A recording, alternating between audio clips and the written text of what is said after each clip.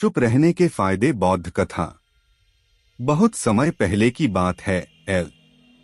एक शांत और सुंदर गांव में एक बुद्धिमान बौद्ध भिक्षु रहते थे, जिनका नाम आनंद था। आनंद अपने ज्ञान, धैर्य और मौन के महत्व को समझाने के लिए जाने जाते थे। वे अक्सर गांव वालों को सिखाते थे कि चुप रहना कैसे हमारे जीवन में शांति और संतुलन ला सकता है। गांव में एक युवा व्यक्ति था, जिसका नाम सूरज था।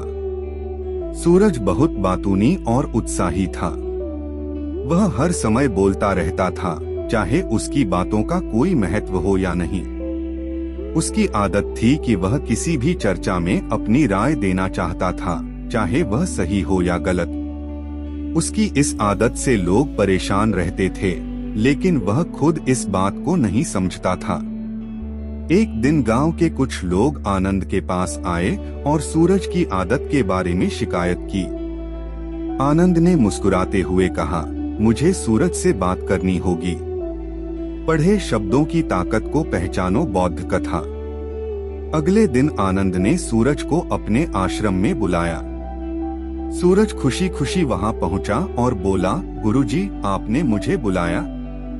आनंद ने धीरे से कहा, हाँ सूरज, मैं तुम्हें एक कहानी सुनाना चाहता हूँ। क्या तुम सुनोगे?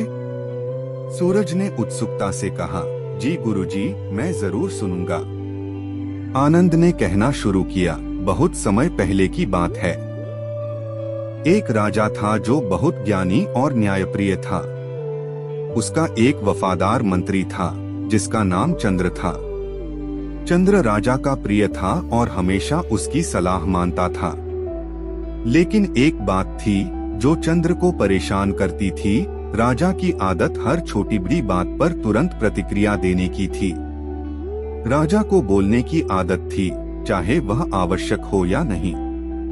चंद्र ने सोचा कि राजा को चुप रहने के महत्व के बारे में सिखाना चाहिए। एक दिन चंद्र ने राजा से कहा, महाराज, मैं आपको एक महत्वपूर्ण बात बताना चाहता हूँ। राजा ने कहा, बिल्कुल बताओ चंद्र। चंद्र ने कहा, महाराज, क्या आप जानते हैं कि मौन में कितनी शक्ति होती है? कभी कभी चुप रहना ही सबसे बुद्धिमानी होती है। राजा ने इसे हल्के में लिया और कहा, मैं समझता हूँ, लेकिन मैं तो राजा हूँ, मुझे बोलना ही पड़ता है। चंद्र ने राजा को एक परीक्षण की सलाह दी। उसने कहा, महाराज, आइए एक सप्ताह के लिए एक प्रयोग करें। इस दौरान आप केवल तभी बोलेंगे जब बिल्कुल आवश्यक हो। देखें कि इसका क्या परिणाम होता है। राजा ने चंद्र की बात मान ली और परीक्षण शुरू हो गया। अगले कुछ दिनों में राजा ने पाया कि जब वह कम बोलता है तो लोग उसकी बातों को अधिक गंभीरता से लेते हैं। उसने देखा कि उसकी समझदारी और निर्णय लेने की क्षमता बढ़ रही है। राजा ने महसूस किया कि जब वह चुप रहता है तो उसे सोचने और सही निर्णय लेने का अधिक समय मिलता है। वह अपनी गलतियों को भी बेहतर ढंग से समझ सकता था। इस प्रयोग के अंत में राजा ने चंद्र को बुलाया और कहा, चंद्र, तुम सही थे। चुप रहना वास्तव में बहुत महत्वपूर्ण है। इससे मुझे शांति और संतुलन मिला है।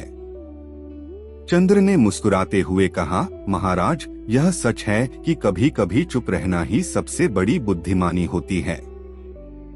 मौन में शक्ति होती है और यह हमें आत्मसंयम और समझदारी सिखाता है।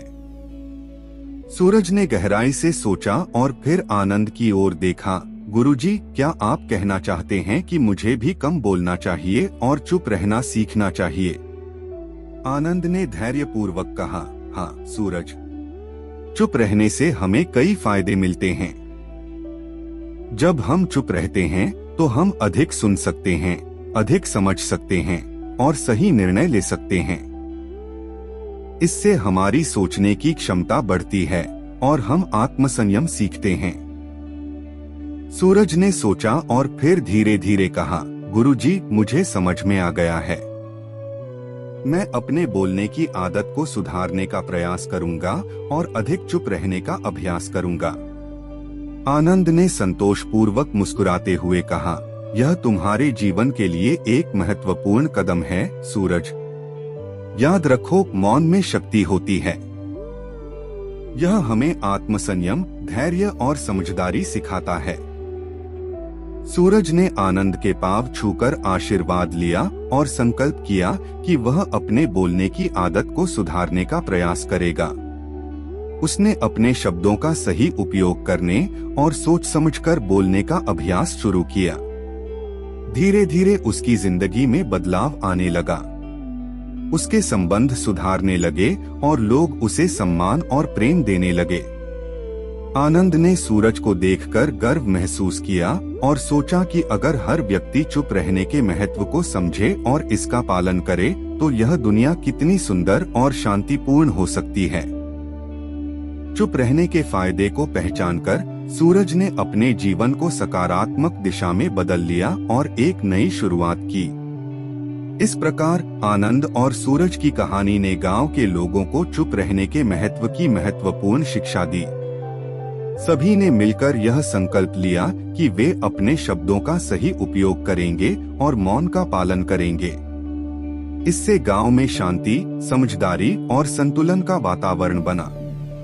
सीख, हमें यह सीख मिलती है कि चुप रहने में बहुत शक्ति होती है।